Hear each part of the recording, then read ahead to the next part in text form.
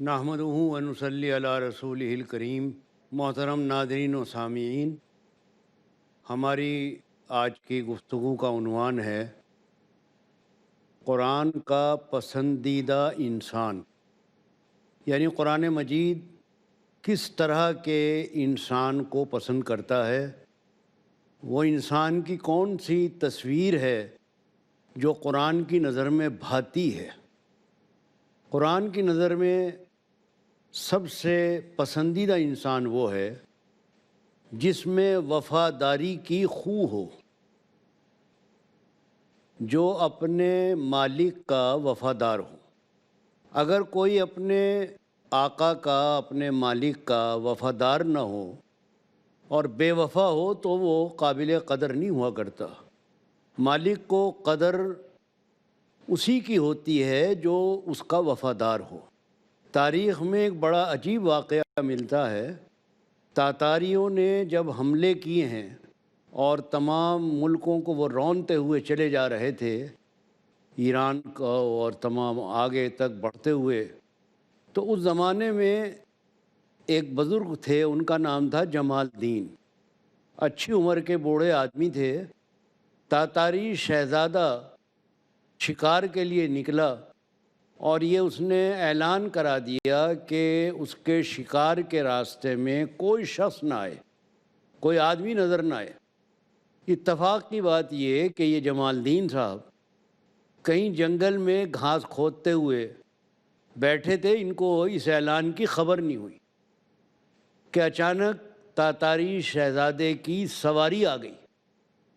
انہوں نے دیکھا کہ ایک آدمی اس طرح سڑک کے کنارے ہمارے راستے میں بیٹھا ہوا ہے، تو اسے بڑا غصہ آیا۔ اس نے کہا کہ ہمارا اعلان تھا کہ ہمارے راستے میں کوئی نہ آئے، یہ کون شخص ہے جو یہاں بیٹھا ہوا ہے، اس کو بلاؤ۔ اس کو لایا گیا جمال الدین صاحب کو، تو تاتاری شہزادے نے پوچھا کہ تم کون ہو؟ انہوں نے کہا کہ میں ایرانی ہوں، اور ایرانیوں سے تاتاریوں کو بڑی نفرت تھی۔ پوچھا کہ تمہارا مذہب کیا ہے؟ تو انہوں نے کہا کہ میں مسلمان ہوں۔ مسلمان کے وہ سخت دشمن تھے، تو ایک تو ایرانی اور پھر مسلمان، وہ غصے میں بڑا لال پیلا ہو گیا، اور اس نے نہایت حقارت کے ساتھ جمال الدین سے سوال کیا کہ مسلمان اچھا ہوتا ہے یا کتا؟ اس میں حقارت اور ذلت تھی۔ جمال الدین صاحب نے بڑے تحمل اور برداشت کے ساتھ جواب دیا کہ اگر مسلمان اپنے مالک کا وفادار ہو تو وہ اچھا ہے، ورنہ مسلمان سے کتا اچھا ہے، اس لیے کہ کتے میں وفاداری کی خو ہوتی ہے کہ وہ اپنے مالک کا وفادار ہوتا ہے۔ تو اگر مسلمان اپنے مالک کا بے وفا ہو اور وفادار نہ ہو تو اس سے کتا ہی بہتر ہے۔ اس جملے کا تاتاری شہزادے پر بڑا اثر ہوا۔ اس نے کہا کہ میں اس وقت شکار کے لیے جا رہا ہوں، لیکن تم کسی وقت مجھ سے ملنا اور مجھے بتانا کہ مسلمان ہوتا کیا ہے۔ اور یہ کہہ کر وہ آگے بڑھ گیا، اس کی سواری آگے چلی گئی۔ اتفاق کی بات یہ کہ جمال الدین کے انتقال کا وقت آ گیا اور ان کی ملاقات شہزادے سے نہ ہو سکی۔ تو انہوں نے اپنے بیٹے کو وصیت کی کہ دیکھو میری اس طرح شہزادے سے ملاقات ہوئی تھی، اور ہو سکتا ہے کہ وہ شہزادہ پھر بادشاہ بن جائے، تو تم اس سے ملنا اور مل کر اسے یہ بات یاد دلانا کہ تم نے میرے والد سے اس طرح بات کی تھی اور وعدہ کیا تھا اور پوچھا تھا کہ مسلمان کیا ہوتا ہے، کیونکہ یہ لوگ اپنی بات کے پکے ہوتے ہیں۔ یہ وصیت کر کے جمال الدین صاحب کا انتقال ہو گیا۔ اب ان کے بیٹے اس کوشش میں رہے کہ کسی طرح تاتاری شہزادے سے جو کچھ دن کے بعد بادشاہ بن گیا تھا ملاقات ہو سکے، مگر وہاں تک رسائی ہونا، وہاں تک پہنچنا بڑا مشکل تھا۔ آخر انہوں نے ایک تدبیر نکالی۔ تدبیر یہ نکالی کہ رات کو، آخر رات کے سناٹے میں، بادشاہ کے محل کے پاس جا کر بڑے زور زور سے اذان دینے لگے۔ اب اس زمانے میں آبادیاں کم تھیں، سناٹا ہوتا تھا، شور و غل نہیں ہوتا تھا۔ پھر رات کا آخری حصہ، اس وقت ویسے بھی سناٹا ہی ہوتا ہے، اور زور کی آواز سے اذان دی تو ان کی اذان سے شہزادے کی، یا اس وقت جو بادشاہ بن چکا تھا تاتاری، اس کی آنکھ کھل گئی۔ جب آنکھ کھولی تو وہ بے چین ہوا کہ یہ کون آدمی ہے جو ہمارے محل کے پاس شور مچا رہا ہے۔ اس نے سپاہیوں کو حکم دیا کہ اس کو پکڑ کے لاؤ۔ پکڑ کے اس کو بادشاہ کے سامنے پیش کیا گیا۔ اس نے پوچھا تم کون ہو اور یہ کیا حرکت تھی؟ تو انہوں نے بتایا کہ میں فلاں ہوں، میرے باپ جمال الدین تھے، ان سے آپ کی ملاقات اس وقت ہوئی تھی جب آپ شہزادے تھے، اور آپ نے ان سے یہ کہا تھا کہ تم مجھے بتانا کہ مسلمان کیا ہوتا ہے۔ میں اس کوشش میں تھا کہ آپ سے کسی طرح ملنا ہو جائے، ملنے کی کوئی شکل نہیں تھی، مجھے آپ کے پاس کوئی آنے نہیں دیتا تھا، تو میں نے ملاقات کی یہ تدبیر نکالی۔ اب میں آپ کو بتانے آیا ہوں کہ مسلمان کیا ہوتا ہے۔ مسلمان وہ ہوتا ہے جو اپنے مالک کا وفادار ہو اور اس کا اطاعت شیار ہو۔ تو قرآن کو جو انسان پسند ہے اس کی سب سے پہلی صفت ہے وفاداری، اپنے مالک کا، اپنے آقا کا، اپنے پروردگار کا وفادار ہو۔ دوسری صفت ہے اطاعت شیاری، کہ وہ اپنے مالک کا حکم مانے اور حکم ماننے میں مستعد ہو۔ قرآن مجید میں مثال دی ہے کہ دیکھو دو طرح کے آدمی ہیں۔ ایک تو وہ ہے کہ جو بڑا کاہل ہے، سست ہے، کسی کام کو کہو تو کر کے نہیں لاتا، اور کرتا بھی ہے تو اچھی طرح کام ہی نہیں کرتا۔ ایک آدمی وہ ہے، ایک ملازم وہ ہے کہ آقا جیسے ہی حکم دیتا ہے دوڑا چلا جاتا ہے اور اچھے سے اچھا کام کر کے لاتا ہے۔ تو بتاؤ دونوں میں کون بہتر ہوگا؟ یہ قرآن مجید میں ہے۔ وہی بہتر ہوگا کہ جو اپنے مالک کے احکام کی مستعدی کے ساتھ تعمیل کرے، فوراً کام کر کے لائے اور اچھے سے اچھا کام کر کے لائے۔ اور وہ دوسرا جو کاہل اور سست ہے، اول تو جاتا نہیں ہے، اور جاتا ہے تو ڈھنگ کا کام نہیں کر کے لاتا، وہ تو اپنے مالک کے اوپر ایک بوجھ ہی ہے۔ تو قرآن نے یہ مثال دے کر بتا دیا ہے کہ قرآن کو وہ اطاعت شیار بندہ پسند ہے، وہ انسان پسند ہے جو اللہ کے حکم کو ماننے میں مستعد اور تازہ دم رہے۔ جیسے حکم دیا فوراً۔ بنی اسرائیل کو پروردگار نے جب ایک حکم دیا، انہوں نے ٹال مٹول کی، یہ کیسے ہوگا، وہ کیسے ہوگا۔ ٹال مٹول کرنے کا مطلب یہ تھا کہ اصل میں کرنا تو تھا نہیں، چاہتے تو تھے نہیں، مجبوراً کر رہے تھے، لیکن اندر سے دل نہیں چاہ رہا تھا۔ اصل تو یہ ہے کہ ہمارے کام میں، ہمارے اطاعت میں دل کی چاہت بھی شامل ہو، کہ ہم دل سے ایک کام کریں۔ ایک کام بے دلی سے ہوتا ہے اور ایک کام ہوتا ہے دل سے۔ دل سے جو کام ہوتا ہے اس کام کی بات ہی کچھ اور ہوتی ہے۔ بے دلی سے جو کام کیا جائے وہ کام بس ایسا ہی ہوتا ہے، کرنے کو کر لیا لیکن کوئی اچھا کام نہیں ہوتا۔ تو کرے مستعدی سے اور دل سے کرے، ایسا انسان قرآن کو پسند ہے۔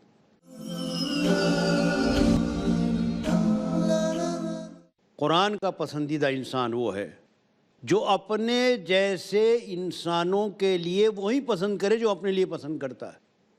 اس کے اندر خود غرضی نہ ہو کہ اپنے واسطے تو بڑھیا چیزیں چاہے اور دوسروں کو چاہے کہ انہیں کچھ نہ ملے یا گھٹیا چیز ملے۔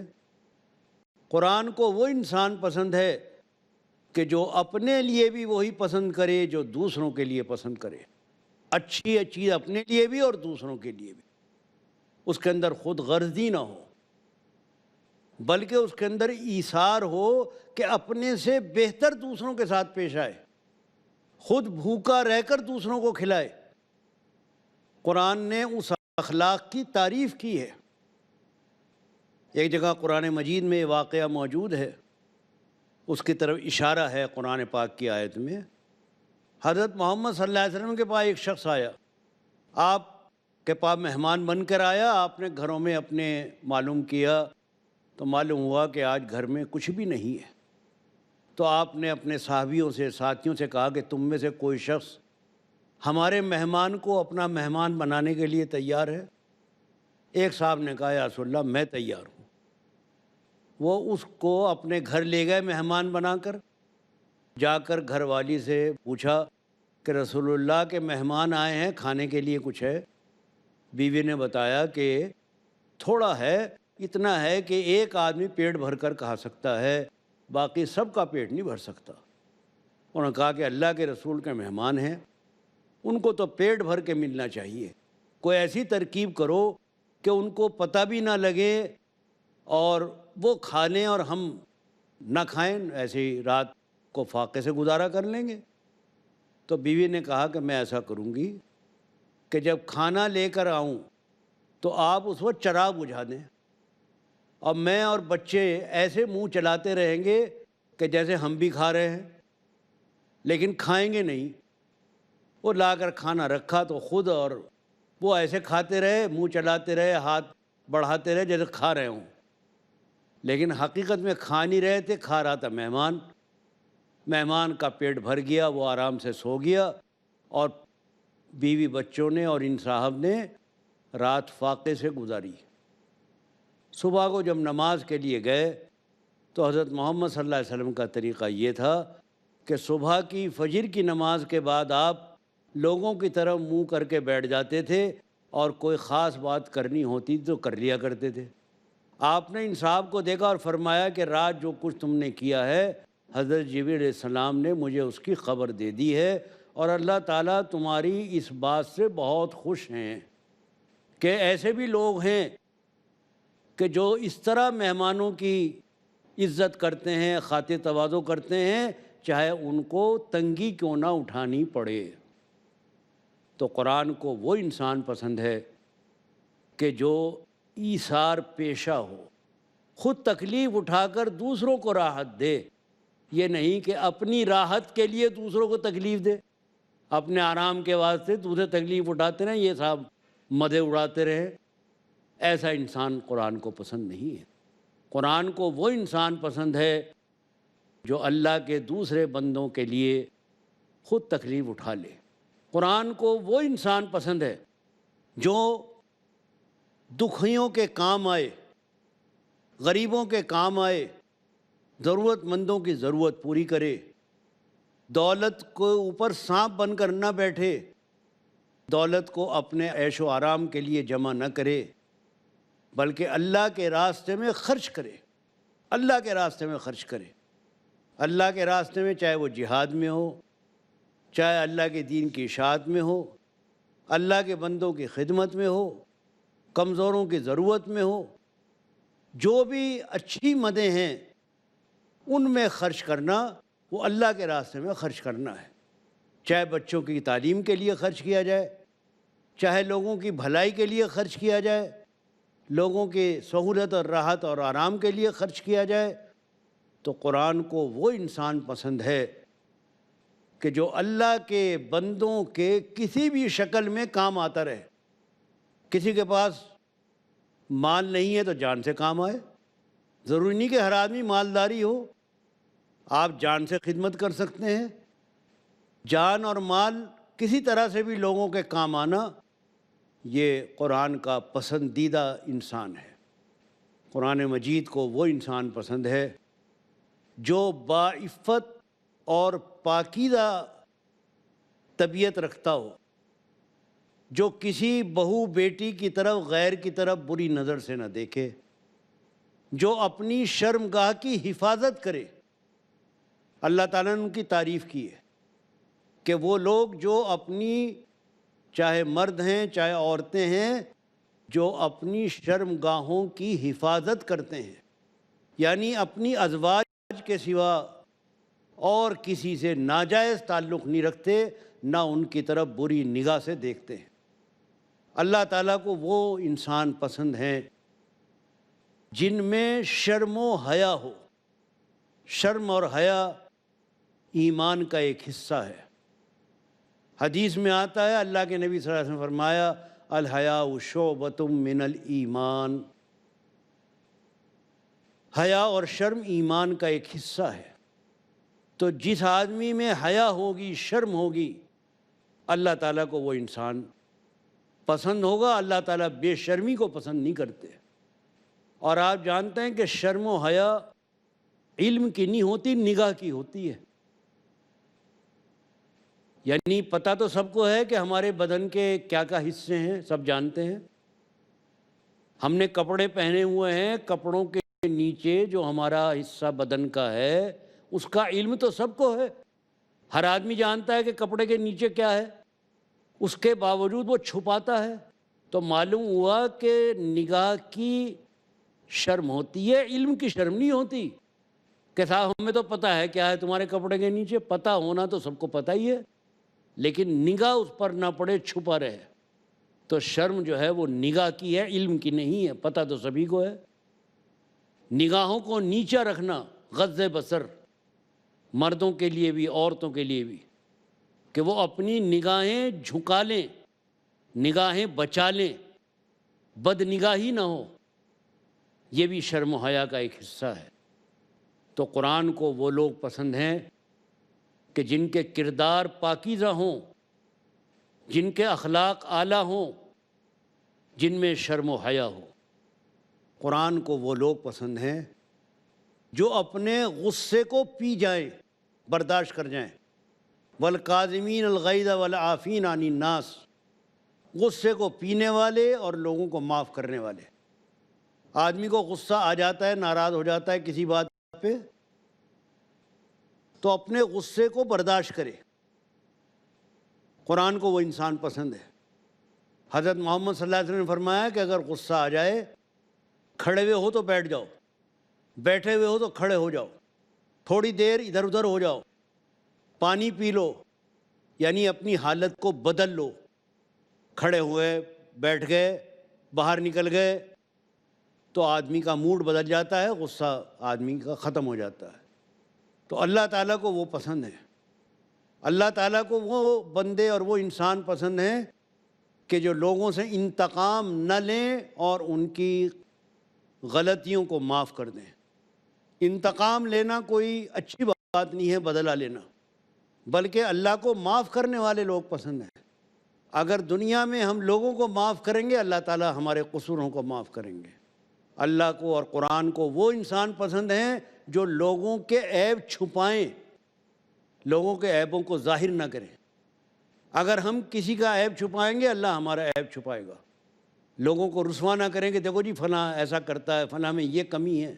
قرآن کو وہ انسان پسند ہے جو کسی کی غیبت نہ کرے، پیٹھ پیچھے برائی نہ کرے، بلکہ اپنے بھائی کے لیے اچھے الفاظ استعمال کرے۔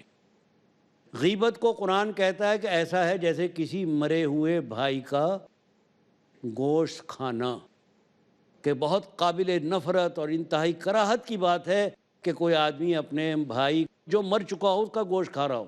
غیبت کو وہ سمجھتا ہے کہ ایسا ہی ہے۔ وہ معاشرہ قرآن کو پسند ہے کہ جس میں غیبت نہ ہو، وہ انسان پسند ہے جو غیبت نہ کرتا ہو۔ تو قرآن کے پسندیدہ انسان کی فہرست یوں تو بہت لمبی ہے، لیکن یہ جو موٹی موٹی باتیں ہیں جو عام طور پر جن کو سبھی لوگ اچھا جانتے ہیں، اچھا سمجھتے ہیں، اچھے انسانوں کو یہی اچھی باتیں پسند ہیں، قرآن کو ایسے ہی لوگ پسند ہیں۔ قرآن اللہ کی کتاب ہے۔ قرآن اس لیے نازل ہوا ہے کہ وہ ہمیں اچھی باتیں بتائے، اچھائی کی تعلیم دے، برائی سے وہ روکتا ہے۔ اگر ہم قرآن کی باتوں پر عمل کریں گے تو اچھے انسان بنیں گے، برائیوں سے رکیں گے، اور اچھا انسان سب کی نظر میں اچھا ہی ہوتا ہے۔ ہر انسان کو کوشش کرنی چاہیے کہ وہ زیادہ سے زیادہ اچھا بنے، اور سب سے زیادہ قرآن کو جو انسان پسند ہے وہ انسان پسند ہے جو دوسروں کے لیے نفع بخش ہو۔ ایک انسان اچھا ہے لیکن کسی کو فائدہ نہیں پہنچا رہا۔